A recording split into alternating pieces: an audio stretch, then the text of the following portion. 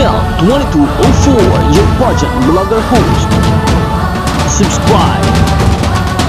Magandang araw mga kapageant, patuloy ang nakakakabang laban ng ating pambato sa Miss International 2025 at matapos ang mainit na swimsuit round, agad nang dumako ang kompetisyon sa evening gown segment, isa sa pinaka-eleganting bahagi ng Coronation Night.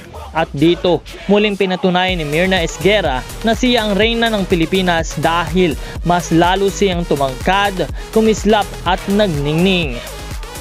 Paglabas pa lang ni Mirna sa stage, nasuot ang kanyang obra maestrang gown na pinamagatang Orienta Rosa na gawa at disenyo ni Mac Tumang.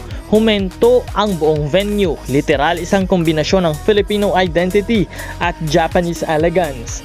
Inspirasyon mula sa Palawan cherry blossom at sa iconic Sakura crown ng Miss International. Lahat ito ay binuhay sa malikhaing kamay ni Mac Tumang. Soft pink radiance, precise silhouette, delicate embellishments, queenly aura. Ang walk ni Mirna, perfect blend of elegance and serenity.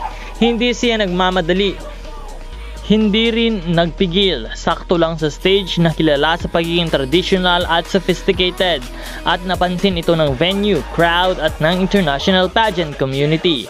Habang rumarampas si Mirna, may mga audible reactions mula sa audience. Wow, so beautiful, at may sumisigaw pa ng Philippines. Kitang-kita ang appreciation sa panel of judges. Marami ang nakatutok sa bawat turn at bawat anggulo ni Mirna. Isa siyang tanawin na mahiwaga at makapangyarihan sa stage. Matapos ang napakagandang evening gown performance, mas lalo nang lumakas ang laban ni Mirna. Ang Orienta Rosa ay hindi lamang gown. Ito ay isang simbolo ng pag-usbong, pag-asa at pagbangon ng Pilipinas. At si Mirna, siya ang embodiment nito. Kaya naman mga kapageant, abangan natin ang susunod na bahagi ng kompetisyon. Mag-subscribe para sa lahat ng mga bagong balita.